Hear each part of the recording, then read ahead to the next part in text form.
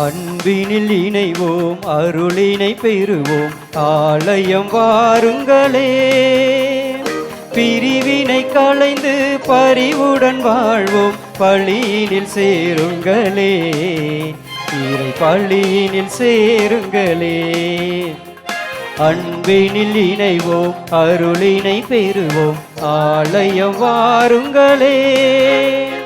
பிரிவினை களைந்து பரிவுடன் வாழ்வோம், பள்ளியினில் சேருங்களே. இறை பள்ளியினில் சேருங்களே.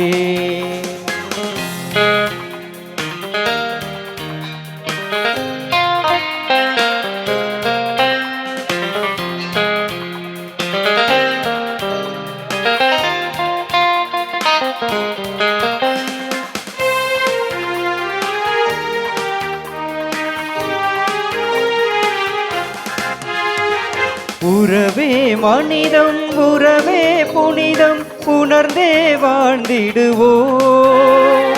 அன்பே முழுமை, மாண்பே பெருமை, அறிந்தே வாழ்ந்திடுவோம். இந்த உண்மை வாழ்வாகட்டும், நம் செயல்கள் சான்றாகட்டும். வழியினில் இணைந்திடுவோம், ஒளியினில் நடந்திடுவோம். ஒளியினில் நாம் நடந்து என்றும் இருளினை வென்றிடுவோம். அன்பினில் இணைவோம், அருளினை பெறுவோம், ஆலயம் வாருங்களே. பிரிவினை களைந்து பரிவுடன் வாழ்வோம், பள்ளியினில் சேருங்களே. இறை பள்ளியினில் சேருங்களே.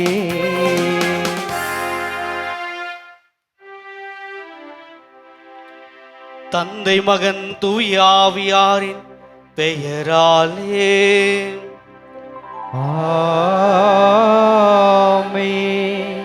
நம் ஆண்டவராகிய இயேசு கிறிஸ்துவின் அருளும் கடவுளின் அன்பும் தூய ஆவியாரின் நட்புறவும் உங்கள் அனைவரோடும் இருப்பதாக. உம் ஆன்மாவோடும் இருப்பதாக. சகோதர சகோதரிகளே, தூய மறைநிகழ்வுகளை கொண்டாட நாம் தகுதி பெறும் பொருட்டு நம் பாவங்களை ஏற்றுக்கொள்வோம்.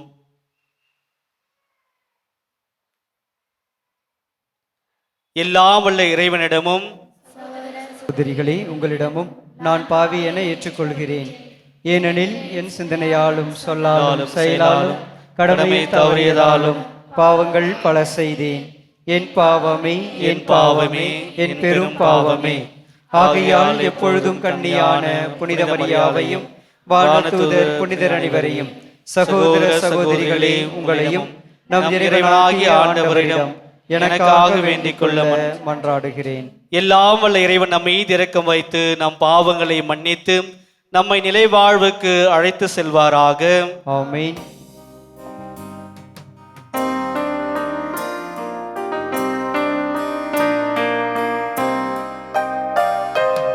ஆண்டவரே இரக்கமாயிரும். ஆண்டவரே இரக்கமாயிரும்.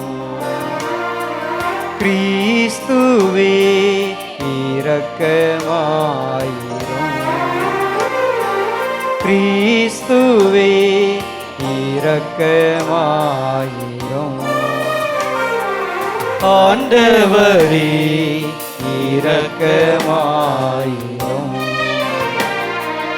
ஆண்டவரே இரக்கமாயிரும்.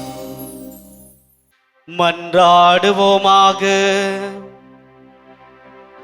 என்றென்றும் உள்ள எல்லாம் வல்ல இறைவா, புனித அந்தோனியாரை தலை சிறந்த போதகராகவும் எங்கள் தேவைகளில் பரிந்து பேசுபவராகவும் உம் மக்களாகிய எங்களுக்கு வழங்கி உள்ளீரே. அதனால் அவரது உதவியால் நாங்கள் கிறிஸ்துவ வாழ்வின் நெறிகளை கடைபிடிக்கவும் எங்களுக்கு நேரிடும் நிலைகளில் எல்லாம் உமது உதவியை கண்டுணரவும் செய்வீராக.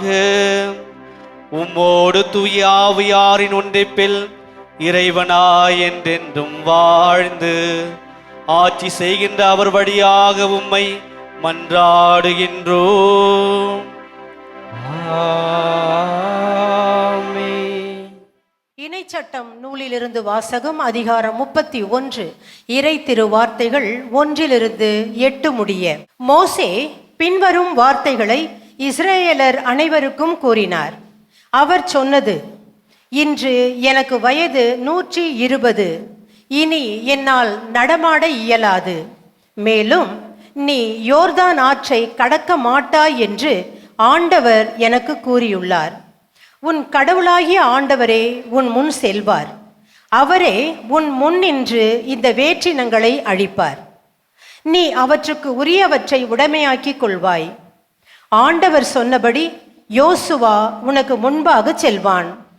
எமோரியரின் மன்னர்களான சீகோனுக்கும் ஓகுக்கும் அவர்களின் நாட்டுக்கும் செய்தது போல அவர்களை அழித்தது போல் ஆண்டவர் அவற்றுக்கும் செய்வார்.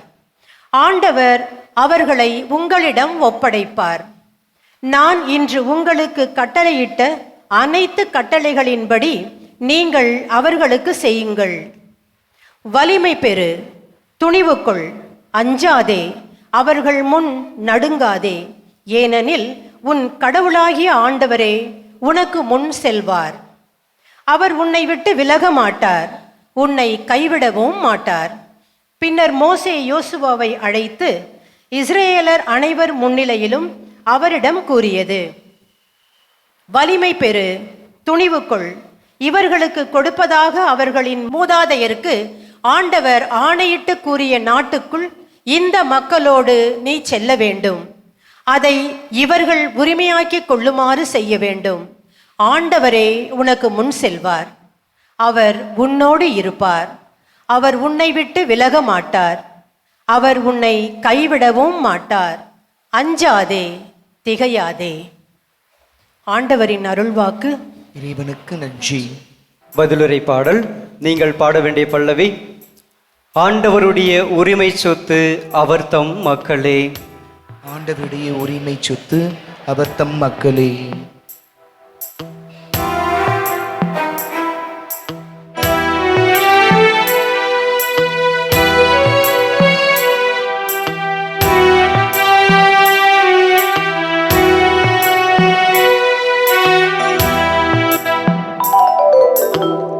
ஆண்டவருடைய உரிமை சொத்து அவர் தம் மக்களே. அவர் தம் மக்களே. ஆண்டவருடைய உரிமை சொத்து அவர் தம் மக்களே. அவர் தம் மக்களே.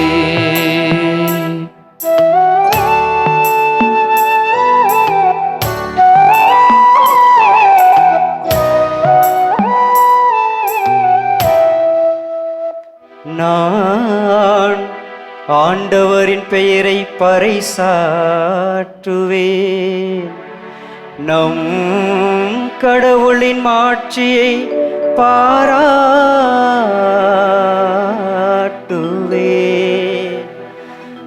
அவரே பாறை, அவர் செயல் நிறைவானது. அவர் செயல் நிறைவானது.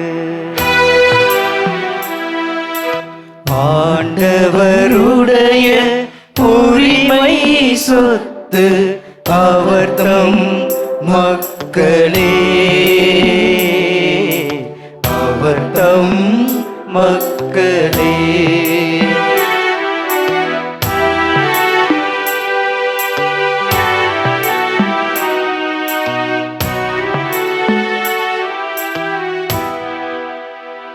பண்டைய நாள்களை நினைத்துப்பார், பல தலைமுறையின் ஆண்டுகளை கவனித்துப்பார்.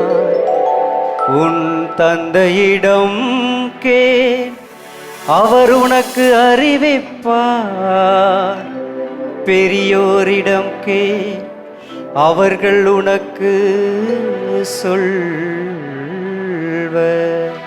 ஆண்டவருடைய உரிமை சொத்து அவர் தம் மக்களே, அவர் தம் மக்களே.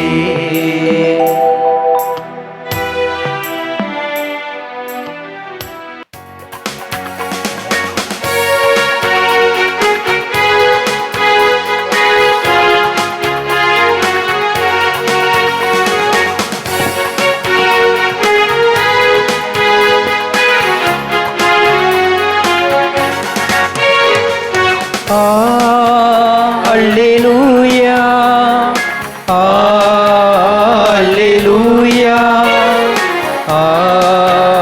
அல்லேலூயா, அல்லேலூயா, அல்லேலூயா, அல்லேலூயா, அல்லேலூயா, அல்லேலூயா, அல்லேலூயா, அல்லேலூயா, அல்லேலூயா, அல்லேலூயா. என் நுகத்தை உங்கள் மேல் ஏற்றுக்கொண்டு என்னிடம் கற்றுக்கொள்ளுங்கள். நான் கனிவும் மனத்தாழ்மையும் உடையவன். அல்லேலூயா, அல்லேலூயா, அல்லேலூயா, அல்லேலூயா, அல்லேலூயா. ஆண்டவர் உங்களோடு இருப்பாராக. உம் ஆன்மாவோடும் இருப்பாராக. மத்தேயு எழுதிய தூய நற்செய்தியிலிருந்து வாசகம். ஆண்டவரே, மாட்சி உமக்கே.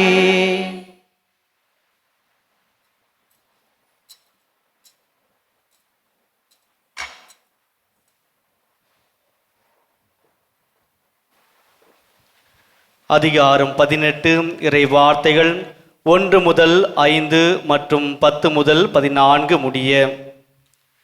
அக்காலத்தில் சீடர்கள் இயேசுவை அணுகி, விண்ணரசில் மிக பெரியவர் யார் என்று கேட்டார்கள். அவர் ஒரு சிறு பிள்ளையை அழைத்து அவர்கள் நடுவில் நிறுத்தி பின்வருமாறு கூறினார்.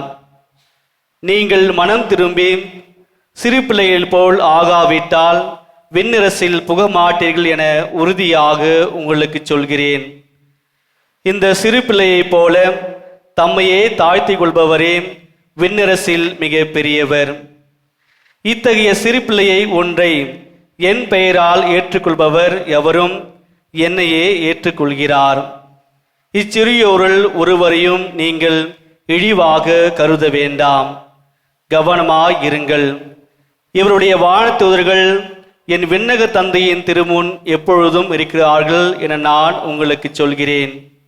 ஏனெனில் மானிட மகன் நெறி தவறியோரை மீட்கவே வந்தார். இந்த நிகழ்ச்சியை பற்றி நீங்கள் என்ன நினைக்கிறீர்கள்?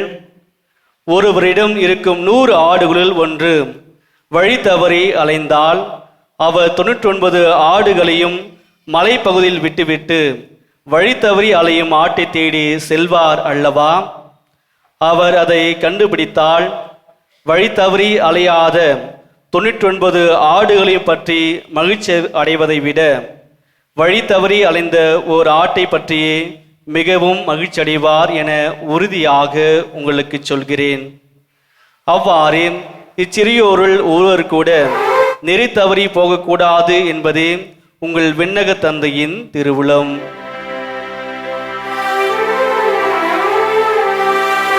ஆண்டவரின் அருள்வாக்கு. கிறிஸ்துவே உமக்கு புகழ். இயேசுவில் பிரியமானவர்களே, இன்று திருப்பலிக்காக திரு அவை நாம் கொடுத்திருக்கக்கூடிய வாசகங்கள், முதல் வாசகமாக இணைச்சட்டம் 31ஆம் அதிகாரம் இறை வார்த்தைகள் 1 முதல் 8 முடிய. நற்செய்தியாக மத்தேயு நற்செய்தி 18 இறைவார்த்தைகள் 1 முதல் 5 மற்றும் 10 முதல் 14 உள்ள இறைவார்த்தைகளை நாம் வாசித்திருக்கிறோம். இயேசுவில் பிரியமானவர்களே, இன்றைய வாசகங்கள் நம்முடைய தனிப்பட்ட வாழ்வுக்கு, குடும்ப வாழ்வுக்கு ஒரு 3 காரியங்களை கொடுப்பதாக நான் பார்க்கிறேன். இன்றைய நற்செய்தி வாசகத்தை நம்முடைய தியான சிந்தனையாக எடுத்துக்கொள்வோம். இன்றைய நற்செய்தி வாசகத்தில் முதலில் இந்த நிகழ்வு நடக்கிறது. ஆண்டவர் இயேசுனுடைய சீடர்கள் இயேசுவிடம் வருகிறார்கள். வந்து ஒரு கேள்வியை கேட்கிறார்கள். விண்ணரசில் மிக பெரியவர் யார்? இன்றைக்கு நம்முடைய குடும்பத்திலும் சரி, நாம் வாழ்கிற பகுதியிலும் சரி, அன்பியங்களிலும் சரி, பக்த சபைகளிலும் சரி, பங்கு தலங்களிலும் சரி, யார் பெரியவன் என்கிற இந்த போட்டியானது நடந்து கொண்டிருக்கிறது. உலகம் துவங்கி, உலக நாடுகள் துவங்கி, நம்முடைய குடும்பத்துக்குள்ளும் நீயா நானா என்ற யார் பெரியவன் என்கின்ற போட்டிகள் நடந்து கொண்டே இருக்கிறது. சீடர்கள் இயேசுவிடம் கேட்ட கேள்வி சற்று வித்தியாசமானது. குடும்பத்தில் யார் பெரியவர்? அதுவல்ல கேள்வி. உலகத்தில் யார் பெரியவர், மிக பெரியவர் யார்? அதுவல்ல கேள்வி. விண்ணரசில் மிக பெரியவர் யார்? அது ஆண்டவர் இவர்கள்தான் பெரியவர்கள், இவர்கள் சிறியவர்கள் என்று நேரடியாக பதில் சொல்லவில்லை. விரிவாக, விளக்கமாக ஒரு பகுதியை எனக்கு முன்வைக்கிறார். முதலில் அவர் செய்யக்கூடிய காரியம், ஒரு சிறு பிள்ளையை அழைக்கிறார். அழைத்து சீடர்கள் நடுவில் அவரை, அந்த குழந்தையை நிறுத்துகிறார். டெமான்ஸ்ட்ரேஷன் செய்து காட்டுகிறார். குழந்தையை அழைத்து சீடர்கள் முன்பாக நிறுத்துகிறார். அதன் பின்பு சொல்லுகிறார், மனம் திரும்பி இந்த சின்ன பிள்ளைகளை போல் நீங்கள் மாறாவிட்டால் விண்ணரசில் நுழைய மாட்டீர்கள். முதல் செய்தி, மனம் திரும்ப வேண்டும், குழந்தைகள் போல் ஆக வேண்டும்.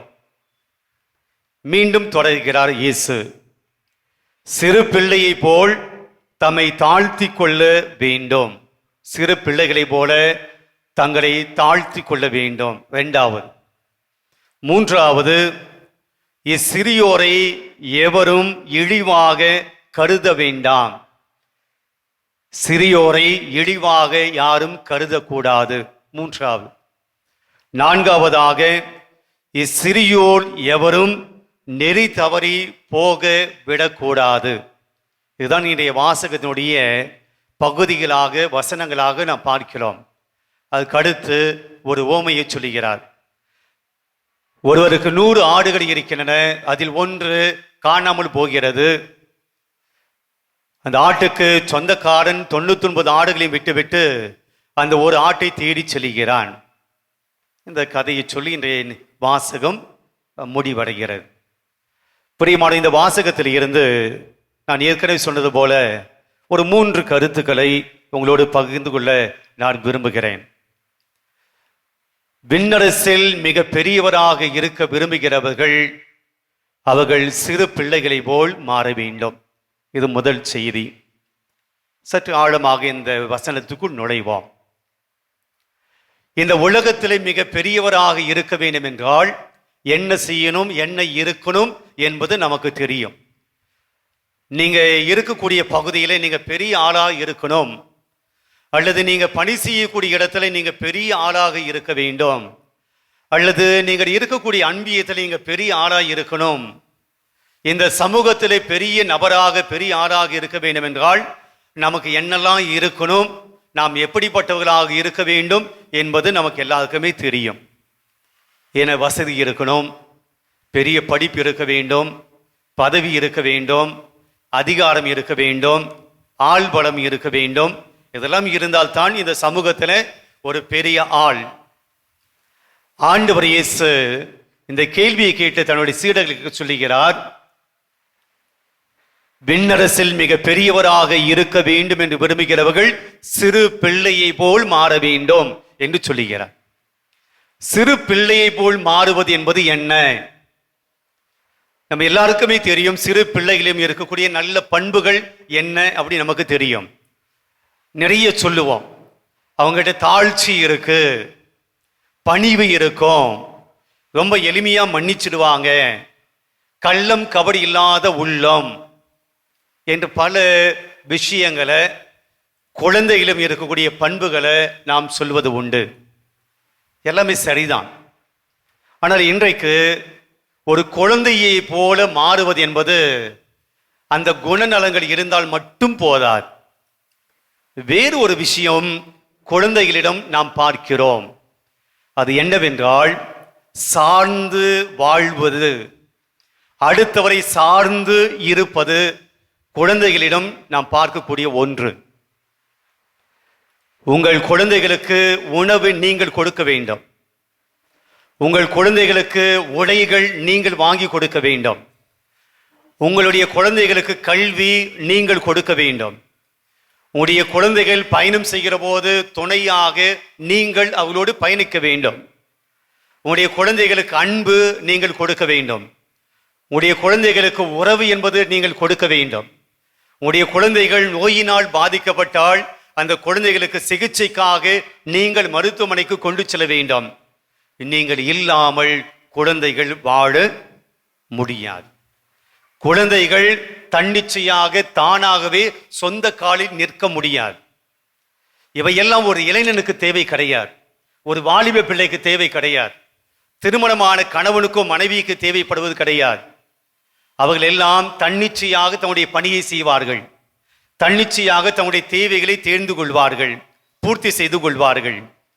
ஆனால் குழந்தைகள் எப்போதுமே தன்னுடைய தகப்பனை, தன்னுடைய தாயை அல்லது தன்னுடைய குடும்பத்தில் இருப்பவர்களை சார்ந்துதான் இருக்க வேண்டும். அப்ப இன்னைக்கு ஆண்டவர் சொல்றாரு, நீங்கள் விண்ணரசில் மிக பெரியவராக இருக்க வேண்டும் என்றால் குழந்தைகள் போல் மாற வேண்டும். அப்படின்னா என்ன அர்த்தம்? நீங்கள் கடவுளை சார்ந்தவர்களாக வாழ வேண்டும்.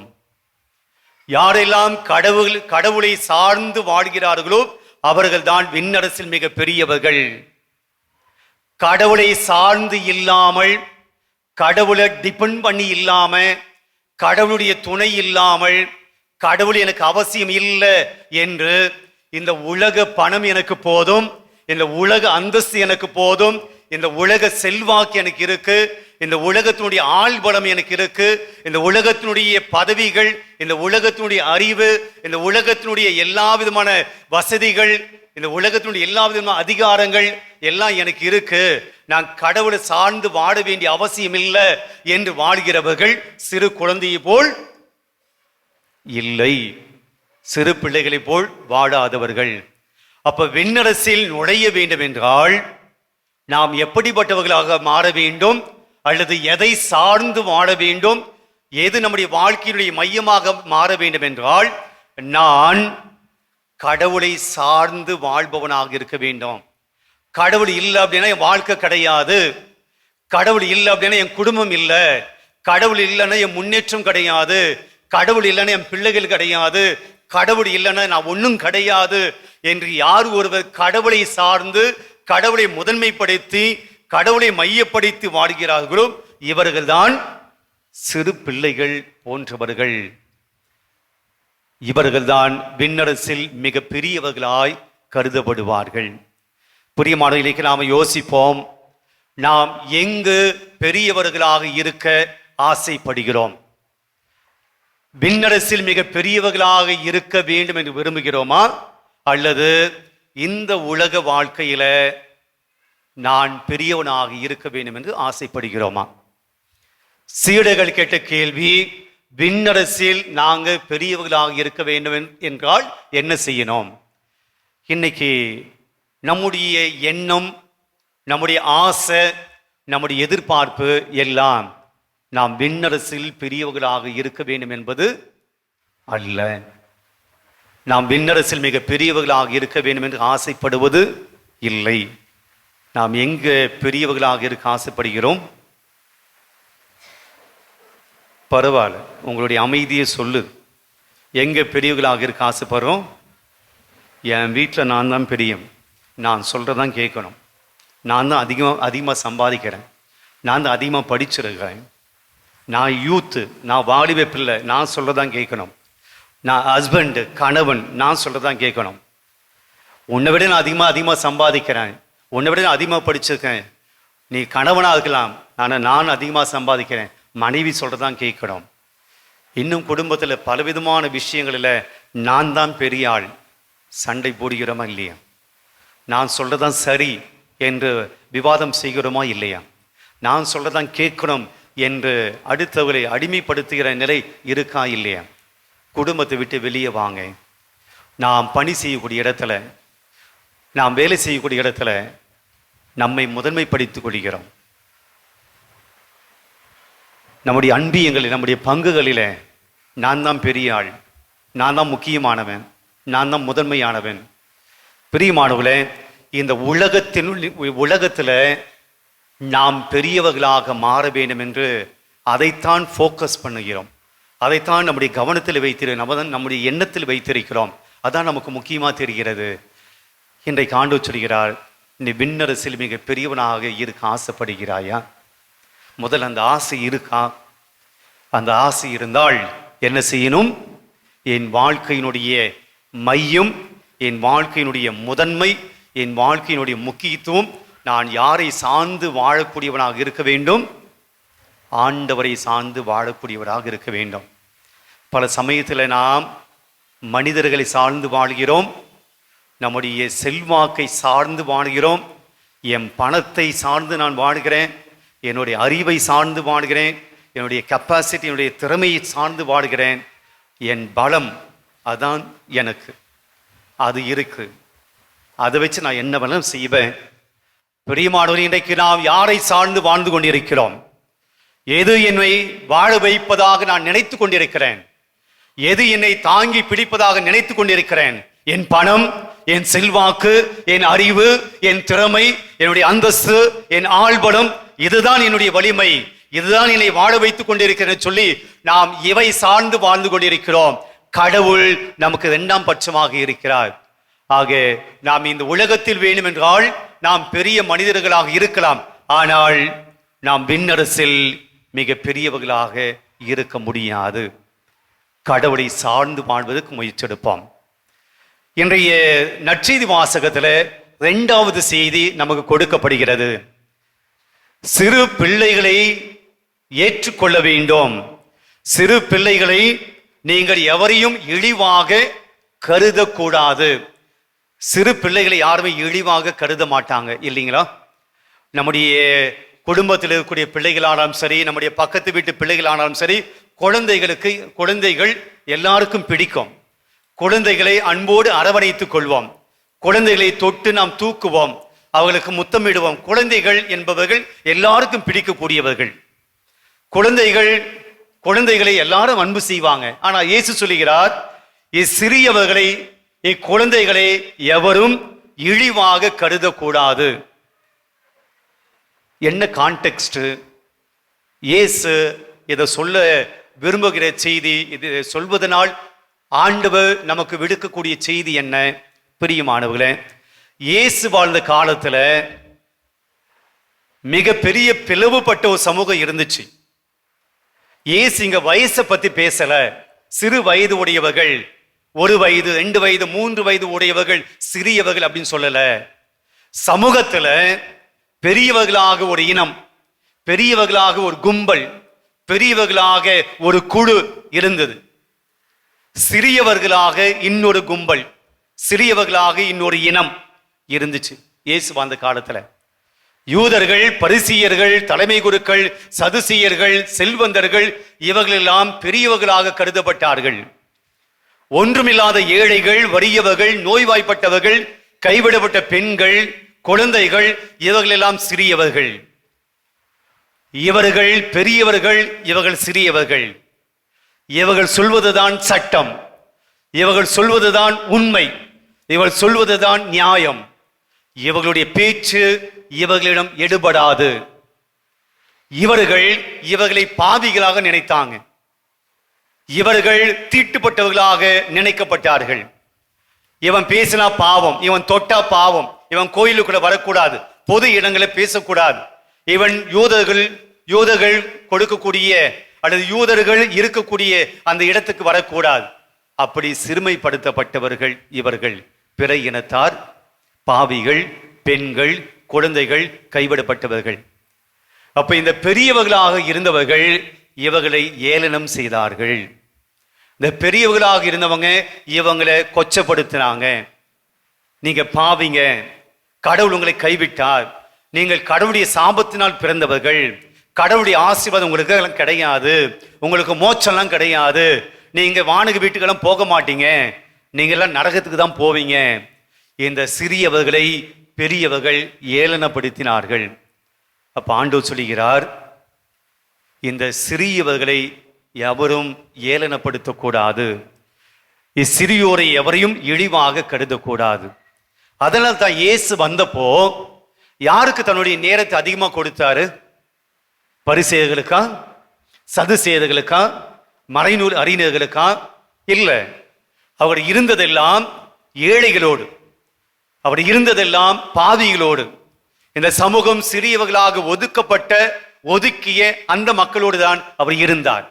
புதுமைகளை செய்தார், உணவு கொடுத்தார், நோய்களை குணப்படுத்தினார், அவர்களுக்காக பேசினார், அவர்களோடு தன்னுடைய நேரத்தை செலவு செய்தார். பிரியமானவர்களே, இரண்டாவது செய்தி என்னவென்றால், விண்ணரசு என்பது ஏதோ கண்ணுக்கு தெரியாத ஒரு இடத்துல இருப்பது அல்ல, கண்ணுக்கு புலப்படாத இடத்துல இருப்பது அல்ல. இயேசு பேசுகிற விண்ணரசு இந்த உலகத்தை சார்ந்தது. விண்ணரசு நெருங்கி வந்துவிட்டது, எனவே மனம் திரும்பி நற்செய்தியை நம்புங்கள். உம்முடைய ஆட்சி விண்ணுலகில் செயல்படுவது போல மண்ணுலகிலும் செயல்பட வேண்டும். இயேசு விரும்புகிற இறை ஆட்சி விண்ணரசு நம்முடைய இறப்புக்கு பின்பு நடக்கக்கூடிய மோட்சம் என்கிற ஒன்று மட்டுமல்ல, நாம் வாழ்கிற போதே இங்கு விண்ணரசு இருக்க வேண்டும். அதனால்தான் இயேசு வாழ்ந்த காலத்துல இந்த ஒதுக்கப்பட்ட இழிவாக கருதப்பட்ட அந்த மக்களுக்கு அவர் தன்னுடைய உடன் இருப்பை காட்டினார். அந்த மக்களும் இயேசுவை தேடி வந்தாங்க. பிரியமானது, இரண்டாவது செய்தி என்னன்னு தெரியுங்களா? இதை நச்சு நமக்கு கொடுக்கிறது. பணக்காரர்களாக, செல்வந்தர்களாக, வசதி படைத்தவர்களாக, அறிவாளிகளாக ஒருவேளை நாம் இருக்கிறோம் என்றால், நமக்கு கீழாக இருக்கக்கூடிய சிறியவர்களை, விண்ணரசுக்கு சொந்தமானவர்களை, கடவுளை நம்பக்கூடியவர்களை, கடவுளே கதி என வாழக்கூடியவர்களை நாம் எப்படி பார்க்கிறோம்? விண்ணரசில் எல்லாம் கடவுளுடைய குழந்தைகள் சமம், இங்கு ஏற்றத்தாழ்வு இல்லை. அப்போ இன்றைய நற்செய்தி நாம் கொடுக்கக்கூடிய இரண்டாவது செய்தி, நம்மை விட கீழாக இருக்கக்கூடிய ஏழைகளாக, வறியவர்களாக, ஒன்றும் இல்லாதவர்களாக, கடவுள் தான் என் கதி என்று இருக்கக்கூடியவர்களை நாம் எப்படி நடத்துகிறோம், எப்படி பார்க்கிறோம்? பெரியமான இதுக்கு நம்ம ரொம்ப செல்வந்தான இதுக்கு அவசியம் கிடையாது, மிகப்பெரிய பணக்காரனாக இதுக்கு அவசியம் கிடையாது. நான் இருக்கிற நிலையை விட, என் நிலையை விட இன்னொருத்தன் கீழாக இருக்கான் அப்படின்னா அவனை நான் எப்படி பார்க்குறேன்? அந்த குடும்பத்தை எப்படி பார்க்கிறேன்? என்னை விட நீ கீழாக தான், உன்னை விட நான் வசதி, உன்னை விட நான் படித்தவன், உன்னை விட நான் அந்தஸ்தில் உயர்ந்தவன், உன்னை விட நான் பெரிய ஜாதி. அப்படி என்றால் நாம் சிறியோரை இழிவாக நினைக்கிறோம். இவர்கள் விண்ணரசுக்கு சொந்தமானவர்கள் அல்ல, இவர்கள் விண்ணரசில் மிக பெரியவர்கள் அல்ல. பெரியமான மிகப்பெரிய ஒரு சவாலை ஆண்டு முன்வைக்கிறார். நீ கடவுளை நம்பி கடவுளே கதி என வாழ்கிறவர்களை நீ இழிவாக ஏளனமாக பார்க்கிறாய் என்றால் விண்ணரசு உனக்கு கிடையாது. செல்வந்தர்கள் விண்ணரசில் நுழைவதை விட ஊசியின் காதில் ஒட்டகம் நுழைவது எளிது. அது வெறும் பணத்தை வச்சதுல மட்டும் ஆண்டு சொல்ற, இந்த பணத்தினால் வரக்கூடிய அகம்பாவம், ஆணவம், கர்வம், இவர்கள் ஏழைகளை நசுக்கி ஏழைகளை ஒன்றும் இல்லாமல் ஆக்கக்கூடிய இப்படிப்பட்ட செல்வந்தர்கள் மீதுதான் ஆண்டோடைய கோபம் இருக்கு. ஆக இரண்டாவது செய்தி இன்னைக்கு நாம எடுத்துக்க வேண்டியது, என்னோடு இருக்கக்கூடிய ஏழைகளை நான் எப்படி பார்க்கிறேன்? கடவுளை நம்பி வாழக்கூடிய இந்த சிறியவர்களை நான் எப்படி நடத்துகிறேன்? பிரியமானவர்களே, மூன்றாவது செய்தி, இறுதி செய்திக்கு நாம் செல்வோம். இன்றைக்கு ஆண்டவர் சொல்லுகிறார், ஒரு ஓமையை சொல்லுகிறார். காணாமல் போன ஆட்டை அந்த ஆயன் தேடி செல்லுகிறான். பிரியமானவர்களே, இயேசுவினுடைய வாழ்க்கையை பார்த்தீங்க அப்படின்னா காணாமல் போன ஆட்டை தேடி சென்றவராக இருக்கிறார்.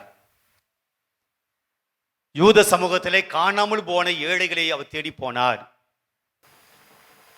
காணாமல் போன ஆடு வழி தவறி சென்றது என்று சொல்லி நற்செய்தியிலே வாசிக்கிறோம். பிரியமானவர்களே, ஓமையிலே வழி தவறி சென்றது ஏதோ ஆடு தவறி போய் வழி மாறி போயிடுச்சு அப்படின்னு நம்ம புரிஞ்சுக்கிறோம். ஆனா இன்றைய சமூகத்துல, இந்த சமூகம் ஓடுகிற இந்த வேகத்துல, இந்த சமூகம் ஓடுகிற இந்த பிஸியான உலகத்துல ஏழைகள் காணாமல் போயிருக்கிறார்கள். வறியவர்கள் இந்த ஓட்டத்துல ஓட முடியல, பணக்காரனோடு ஓட முடியல, செல்வந்தர்களோடு ஓட முடியல, அந்தஸ்து மிக்கவர்களோடு ஓட முடியல, அதிகாரத்தில் இருக்கிறவர்களோடு ஓட முடியல. வாழ்க்கையினுடைய ஓட்டத்துல அவர்கள் காணாமல் போய்விட்டார்கள். யூத சமூகத்தில் இப்படி காணாமல் போன மக்களை தான் ஆண்டவர் இயேசு தேடி வந்தார். அந்த ஆயன் அந்த ஆட்டை தேடி கண்டுபிடிச்சான். கண்டுபிடித்து அதை தன்னுடைய தோளிலே எடுத்துக்கொண்டு அவன் வருகிறான். இயேசுனுடைய அன்பு காணாமல் போன ஆட்டுக்கு கிடைத்தது. இன்றைக்கு நாம் கூட ஒருவேளை காணாமல் போன மனிதர்களாக இருக்கலாம். இந்த சமூகத்திலே நீங்கள் காணாமல் போனவர்களாக இருக்கலாம். காணாமல் போன ஏதோ வீட்டு விட்டு காணாமல் போனதல்ல நான் பேசுவது. இந்த சமூகத்தில் உங்களுக்கு ஒரு முகவரி இல்லாமல் இருக்கலாம். இந்த சமூகத்தில் உங்களுக்கு ஒரு மதிப்பு இல்லாமல் இருக்கலாம். இந்த சமூகத்தில் உங்களை யாரும் கண்டுகொள்ளாமல் இருக்கலாம். இந்த சமூகத்துல நீ ஒதுக்கப்பட்டு இருக்கலாம், ஓரங்கட்டுப்பட்டு இருக்கலாம். உனக்கெல்லாம் ஒன்றும் தெரியாது, அப்படி போ. நீ எல்லாம் ஒன்றும் தேவை கிடையாது, அப்படி போ. நீ எல்லாம் லாக்கி கிடையாது, நோ யூஸ் என்று இந்த சமூகத்தால் நீங்கள் ஒதுக்கப்பட்டு சமூகத்தில் காணாமல் போயிருக்கலாம். இன்னைக்கு நற்செய்தி சொல்லுகிறது, அந்த மக்களை தேடிதான் ஆண்டவர் வருகிறார். பிரியமானவர்களே, இந்த உலகம் உங்களை வெறுக்கலாம், பணம் படைத்தவர்கள் உங்களை ஒதுக்கலாம், செல்வந்தர்கள் உங்களை ஒதுக்கலாம், புறங்கட்டலாம், உங்களுடைய உறவினர்கள் கூட உங்களை ஒதுக்கி தள்ளலாம். ஆனால் ஆண்டவர் யாரை தேடி வருகிறார்? அந்த காணாமல் போன ஆட்டை தேடி வருகிறார். கடவுள் நம்மோடு இருக்கிறார், கடவுள் நம்முடைய உடன் இருக்கிறார். அதான் இன்னைக்கு முதல் வாசகத்துல மோயிசினம் ஆண்டவர் சொல்லுகிறார். மோயிசனுக்கு 120 வயசு ஆயிடுச்சு. இஸ்ராயல் மக்கள் இனிமேல் வழி நடத்த முடியாது. தனக்கு பின்பாக ஒரு தலைவனை தேர்ந்தெடுக்க வேண்டும். யோசுவாவை தேர்ந்தெடுக்கிறார். கடவுள் பேசிய வார்த்தைகளை இஸ்ராயல் மக்கள் கொடுக்கிறார். என்ன சொல்லுகிறார்? 4 காரியங்களை அவர் சொல்லுகிறார். உங்கள் கடவுளாகிய ஆண்டவரே உங்களுக்கு முன்னாடி போவார். மோயிசன் இஸ்ராயல் மக்களை பார்த்து சொல்றார், உங்களுடைய கடவுளாகிய ஆண்டவர் உங்களுக்கு முன்னாடி போவார். அவர்கள் கானான் தேசத்துக்கு போறாங்க. உங்களுடைய கடவுளாகிய ஆண்டவர் உங்களுக்கு முன்பாக போவார். அவரே உன் முன் நின்று உங்களை வழி நடத்துவார். அவர் உன்னுடைய பகைவர்களை எல்லாம் அழிப்பார். அவர் உங்களோடு இருந்து உங்களுக்கு அந்த கானான் தேசத்தை கொடுப்பார். எனவே பயப்படாதீங்க, வலிமை கொள், வீறு கொள், அஞ்சாதே, திகையாதே என்று சொல்லி கடவுள் உங்களோடு இருப்பார் என்பதை மோயிசன் இஸ்ராயல் மக்களுக்கு சொல்லுகிறார். யோசுவாவை அழைத்து அவருக்கும் சொல்றார். பிரியமானவர்களே, கடவுள் நம்மோடு இருப்பார். யோசுவாவோடு இருந்த கடவுள், மோயிசனோடு இருந்த கடவுள், இஸ்ராயல் மக்களோடு அவங்களோடு இருப்பேன் என்று சொன்ன கடவுள் இன்றைக்கு இந்த உலகத்துல எல்லாராலும் கைவிடப்பட்ட, ஒன்றுமில்லாமல் வாழ்க்கையினுடைய ஓட்டத்திலே காணாமல் போன நம்மோடும் இருப்பார். Praise the Lord, praise the Lord. அதனால கடவுள் உன்னோடு இருக்கிற போது நீ எப்படி இருக்கணுமா? மோசே யோசுவா கிட்ட சொல்றாரு, வலிமை கொள், வலிமை கொள், துணிவு கொள், துணிச்சலாயிரு, அஞ்சாதே, திகையாதே. இன்னைக்கு ஆண்டவர் சொல்கிறார், பிரியமானவர்களே, பயப்படாதீங்க, அஞ்சாதீங்க, திகையாதே, நான் உங்களோடு இருப்பேன். எப்படி விண்ணரசில் மிக பெரியவர்கள் கடவுளை சார்ந்து இருக்கிற போது அந்த விண்ணரசை கடவுள் அவர்களுக்கு கொடுக்கிறாரோ, அதுபோல நாம் கடவுளை சார்ந்து இருந்தோம் என்றால், கடவுள் தான் என் வாழ்க்கையினுடைய மையம் என்று இருந்தோம் என்றால், இந்த பணம், பதவி, சொத்து, சுகம் எதையும் கடந்து கடவுள் தான் என் வாழ்க்கை முக்கியத்துவம் என்று நாம் இருந்தோம் என்றால், நாம் ஒரு வேளை எல்லாராலும் கைவிடப்பட்ட நிலையிலும், நம்மை இழிவாக இந்த உலகம் ஏளனம் செய்யக்கூடிய நிலையிலும் கடவுள் நம்மை வழி நடத்துவார், துணிவு கொடுப்பார், துணிச்சலை கொடுப்பார், நம்முடைய பயத்தை எடுத்து விடுவார், தைரியத்தை கொடுப்பார், நாம் வாழ்வதற்குண்டான வழியை காட்டுவார். இதுதான் பிரியமானவர்களே இன்றைய செய்தி. ஆக விண்ணரசில் மிக பெரியவர்களாக நாம் இருக்க வேண்டும் என்றால் கடவுளை சார்ந்து இருப்போம். நம்மோடு இருக்கக்கூடிய ஏழைகளை நாம் நேசிப்போம். காணாமல் போன நம்முடைய வாழ்க்கையில கடவுள் நம்மை அப்படியே விட்டுட மாட்டாரு. கடவுள் நம்மோடு இருந்து நமக்கு வலிமையை கொடுப்பார், துணிவை கொடுப்பார். எனவே பயப்படாமல் ஆண்டவரை பின்பற்றுவோம், ஆண்டவரை சார்ந்து இருப்போம் என்பதுதான் இன்றைய இறை வார்த்தை நமக்கு கொடுக்கக்கூடிய செய்தி. பிரியமானவர்களே, வாழ்க்கையினுடைய கஷ்டங்கள், கவலைகள், பிரச்சனை வருகிற போது தளர்ந்து போக வேண்டாம். காணாமல் போன ஆட்டை ஆண்டவரை தேடி வந்து, காணாமல் போன ஆட்டை இந்த ஆயன் தேடி வந்து தன் மேல் சுமந்து கொண்டது போல உங்களையும் ஆண்டவர் சுமந்து கொள்வார். நம்பிக்கையோடு நம்பிக்கை வைத்து தொடர்ந்து நம்முடைய வாழ்க்கையில் பயணிப்போம். ஆமீன். அனைவரும் எழுந்து நிற்போம். நீங்கள் சொல்ல வேண்டிய பதில்: புனித அந்தோணியாரே, எங்களுக்காக இறைவனிடம் மன்றாடும். புனித அந்தோணியாரே, எங்களுக்காக இறைவனிடம் மன்றாடும். இறைவனின் அன்புக்கு பாத்திரமான புனித அந்தோணியாரே, இறைவனது பேர் இறக்கத்தை இறைமக்கள் அனைவரும் நாடி என்றும் நன்றி உழவராய் வாழ புனித அந்தோணியாரே, எங்களுக்காக இறைவனிடம் மன்றாடும். உடல் ஒருத்து இறை அருளை நிறைவாய் பெற்ற புனித அந்தோணியாரே, நாங்கள் தீய சக்திகளோடு போராடி புண்ணிய பாதையில் முன்னேற புனித அந்தோணியாரே, எங்களுக்காக இறைவனிடம் மன்றாடும். நற்கருணை நாதர் மீது ஆழ்ந்த விசுவாசம் வைத்திருந்த புனித அந்தோணியாரே, நாங்களும் திருப்பலியில் பக்தியோடு கலந்து கொள்ளவும் தேவ நற்கருணை மீது உறுதியான விசுவாசம் கொண்டு பலி வாழ்வு வாழ புனித அந்தோணியாரே, எங்களுக்காக இறைவனிடம் மன்றாடும். இறைவாக்கை வல்லமையோடு எடுத்துரைத்த புனித அந்தோணியாரே, நாங்களும் அருள் வாக்கை ஆர்வத்தோடு கேட்கவும் அதை கடைபிடிக்கவும் புனித அந்தோணியாரே, எங்களுக்காக இறைவனிடம் மன்றாடும்.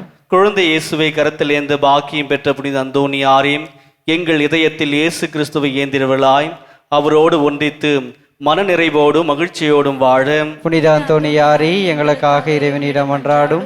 இளைஞர்கள் மேல் மிகுந்த அனுதாபம் உள்ள புனித அந்தோணியாரே, இளைஞர்கள் இளம்பெண்களின் கண்ணீரை துடைத்து அவர்களுக்கு நல்ல வேலை கிடைக்கவும் அவர்கள் வாழ்வு இறை வழியில் நிறைவு பெறவும் புனித அந்தோணியாரே, எங்களுக்காக இறைவனிடம் மன்றாடும். தீராத வியாதிகளும் தீர்த்து வைக்கும் அருள் பெற்ற புனித அந்தோணியாரே, மருந்துகள் பலனளிக்காமல் மருத்துவர்களால் கைவிடப்பட்ட நிலையில் வியாதி வருத்தங்களால் வேதனைப்படுவோருக்கு பூரண சுகம் கிடைக்க புனித அந்தோணியாரே, எங்களுக்காக இறைவனிடம் மன்றாடும். இறை அருளால் வல்லமை நிறைந்த புனித அந்தோணியாரே, எங்களது எல்லா தேவைகளும் எங்களுக்கு உதவியாய் இருக்கவும் குடும்பத்தில் சமாதானம் நிலவும் தொழிலை ஆசீர்வதியும். புனித அந்தோணியாரே, எங்களுக்காக இறைவனிடம் மன்றாடும். அன்பார்ந்தவர்களே, ஒரு சில நிமிடங்கள் கைகளை கூப்பி கண்களை மூடி நம்முடைய தனிப்பட்ட கருத்துகளுக்காக நாம் ஆண்டவரிடம் மன்றாடுவோம்.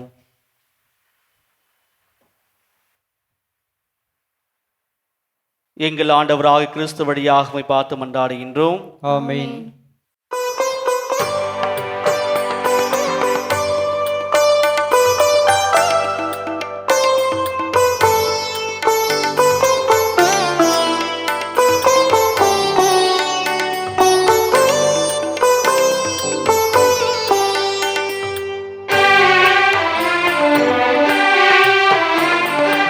என்னை உன்னிடம் தந்தேன், என்னை ஏற்றிடுவாய் இறைவா. என்னை உன்னிடம் தந்தேன், என்னை ஏற்றிடுவாய் இறைவா. இருப்பதெல்லாம் கொடுத்து விட்டேன், உனை போல் மாற்றிடுவாய். என்னை உன்னிடம் தந்தேன், என்னை ஏற்றிடுவாய் இறைவா.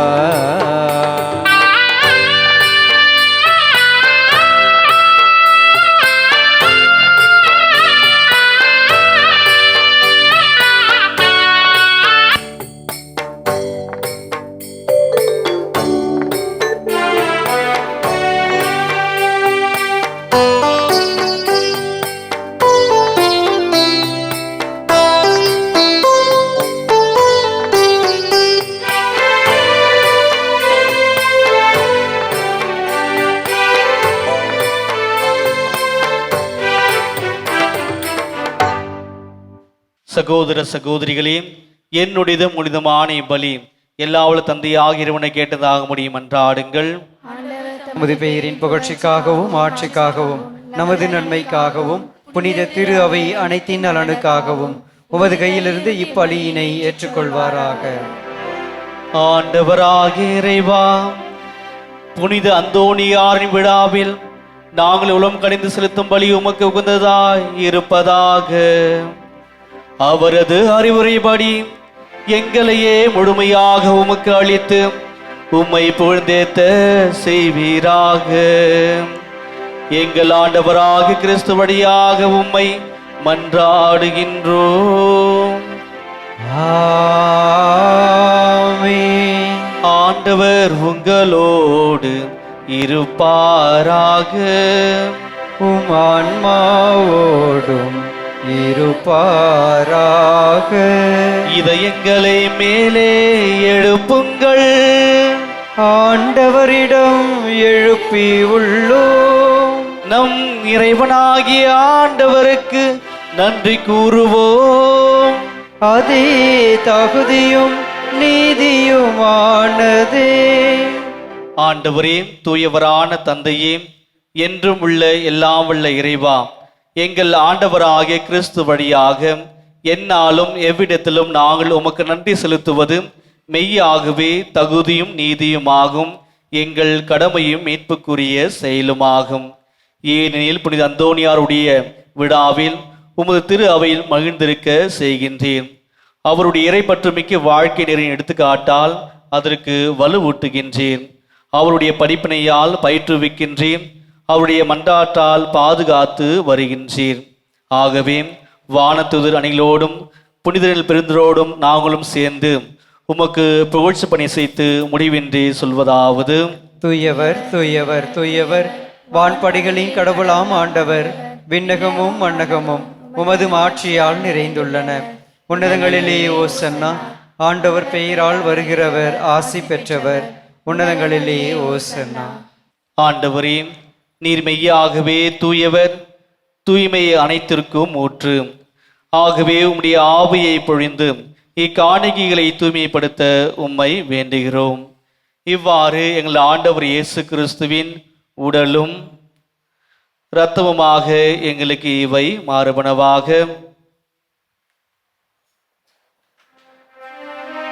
அவர் பாடுபட உளம் கனிந்து தம்மை கையளித்த போது அப்பத்தை எடுத்து நன்றி செலுத்தி அதை பிட்டு தம் சீடர்களுக்கு அளித்து இயேசு கூறியதாவது: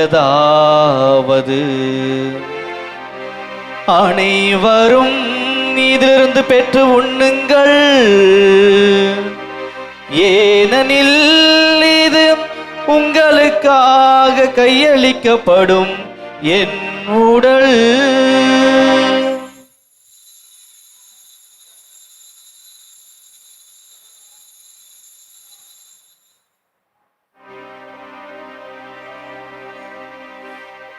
அவ்வண்ணமே இரவு விருந்தி அருந்திய பின் கிண்ணத்தையும் எடுத்து மீண்டும் உமக்கு நன்றி கூறி தம் சீடர்களுக்கு அளித்து இயேசு கூறியதாவது: அனைவரும் இதிலிருந்து பெற்று பருகுங்கள்,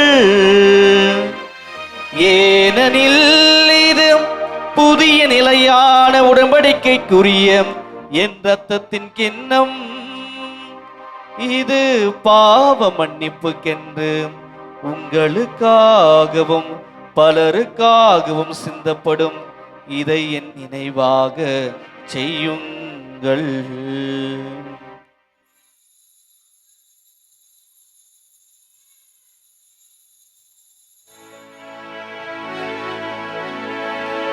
நம்பிக்கையின் மறைபொருள். ஆண்டவரே, நீர் வரும் அளவும் உமது இறப்பினை அறிக்கையிடுகின்றோ, உமது உயிர்ப்பினையும் எடுத்துரைக்கின்றோ. ஆகவே ஆண்டவரே, நாங்கள் கிறிஸ்துவின் இறப்பினையும் உயிர்ப்பினையும் நினைவு கூர்ந்து வாழ்வதரும் அப்பத்தை மீட்பளிக்கும் கிண்ணத்தையும் உமக்கு ஒப்பு கொடுக்கின்றோம். திருமுன் நின்று உமக்கு ஊழியம் புரிய தகுந்தவள் எங்களை ஏற்றுக்கொண்டீர். எனவே உமக்கு நன்றி செலுத்துகிறோம். மேலும் கிறிஸ்துவின் உடலிலும் இரத்தத்திலும் பங்கு கொள்ளும் எங்களை தூய ஆவியார் ஒன்று சேர்க்க வேண்டும் என உம்மை தாழ்மையுடன் மன்றாடுகின்றோம். ஆண்டவரே, உலகெங்கும் பரவி இருக்கும் உடைய திரு அவையை நினைவு கூர்ந்தலும். எங்கள் திருத்தந்தை லியோ, எங்கள் ஆயர் நீதிநாதன், எல்லா திருநிலையினர் ஆகிய அனைவரோடும் உடைய திரு அவை அன்பில் நிறைவு பெறச் செய்தலும். மேலும் உயிர்த்தெழும் எது நோக்குடன் துயில் கொள்ளும் எங்கள் சகோதர சகோதரிகளையும் இறந்தோர் அனைவரையும் இரக்கத்துடன் நினைவு கூர்ந்து உமது திருமுக ஒளியினுள் ஏற்றவர்களும் எங்கள் அனைவர் மீதும் இரக்கமாயிரும். கடவுளின் கன்னி தாயான புனித மரியா, அவருடைய கணவரான புனித யோசேப்பு, புனித திருத்தூதர்கள், இவ்வுலகிலும் உகந்தவராய் இருந்தோர் ஆகிய புனித அனைவருடனும் நாங்கள் நிலை வாழ்வில் பங்கு கொள்ளும் தகுதி பெற்று திருமகன் இயேசு கிறிஸ்து வழியாக உம்மை புகழ்ந்தேத்தும் வரமருள உம்மை மன்றாடுகின்றோம். இவர் வழியாக இவரோடு இவரில் எல்லாம் வல்ல இறைவனாகிய தந்தையே, தூயாவியாரின் ஒன்றிப்பில் எல்லாம் புகழும் மாட்சியும் என்றென்றும் உமக்கு உரியதே. ஆமென், ஆமென், ஆமென். மீட்பரின் கட்டளையால் கற்பிக்கப்பட்டு இறை படிப்பினையால் பயிற்சி பெற்ற நாம் துணிந்து சொல்வோம். விண்ணுலகில் இருக்கின்ற எங்கள் தந்தையே, உமது பெயர் தூயது என போற்ற பெறுக. உமது ஆட்சி வருக. உமது திருவுளம் விண்ணுலகில் நிறைவேறுவது போல மண்ணுலகிலும் நிறைவேறுக. எங்கள் அன்றாட உணவை இன்று எங்களுக்கு தாரும். எங்களுக்கு எதிராக குற்றம் செய்வோரை நாங்கள் மன்னிப்பது போல எங்கள் குற்றங்களை மன்னியும். எங்களை சோதனைக்கு உட்படுத்தாதேயும், தீமையிலிருந்து எங்களை விடுவித்தருளும். ஆண்டவரே, தீமை அனைத்திலிருந்து எங்களை விடுவித்து எங்கள் வாழ்நாளில் அமைதியை கனிவுடன் அருள உம்மை மன்றாடுகின்றோம். உமது இரக்கத்தின் உதவியால் நாங்கள் பாவத்திலிருந்து எப்போதும் விடுதலை பெற்று யாதொரு கலக்கமுமின்றி நலமாய் இருப்போமாக. நாங்கள் இது நோக்கி இருக்கும் பேரின்பத்திற்காகவும் மீட்பராகிய இயேசு கிறிஸ்துவின் வருகைக்காகவும் காத்திருக்கின்றோம். ஏனெனில் ஆட்சியும் வல்லமையும் ஆட்சியும் என்றென்றும் உமதே. ஆண்டவரே இயேசு கிறிஸ்துவே, அமைதியை உங்களுக்கு விட்டுச் செல்கிறேன், என் அமைதியை உங்களுக்கு அளிக்கிறேன் என்று திருத்தூதர்களுக்கு மொழிந்தீரேன். எங்கள் பாவங்களை பாராமல் உமது திரு அவையின் நம்பிக்கையை கண்ணோக்கி உமது திருவுளத்திற்கேற்ப அதற்கு அமைதியும் ஒற்றுமையும் அளித்தருள்வீராக. என்றென்றும் வாழ்ந்து ஆட்சி செய்கின்றவர் நீரே. ஆமென். ஆண்டவருடைய அமைதி உங்களோடும் என்றும் இருப்பதாக, உம் ஆன்மாவோடும் இருப்பதாக. நம்ம ஆண்டவர் தருகின்ற அமைதியை ஒருவர் மற்றவரோடு பகிர்ந்து கொள்வோம்.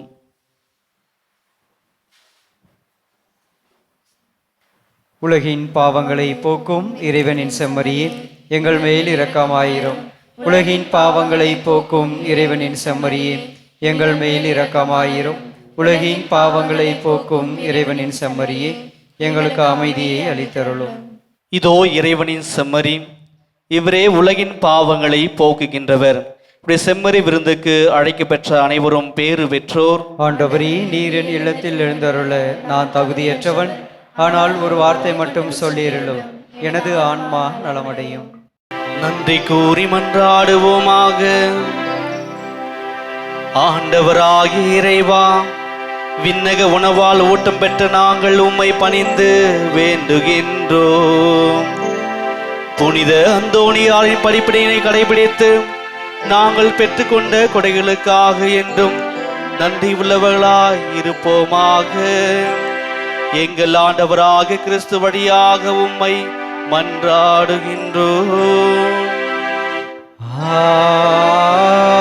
ஆமென். ஆண்டவர் உங்களோடு இருப்பாராக. உம் ஆன்மாவோடும் இருப்பாராக. எல்லாம் வல்ல இறைவன், தந்தை, மகன், தூயாவியானவர் உங்கள் அனைவரும் நிறைவாக ஆசீர்வதிப்பாராக. ஆமென். சென்று வாழுங்கள், வாழ்க்கை பலி தொடர்கின்றது. இறைவனுக்கு நன்றி.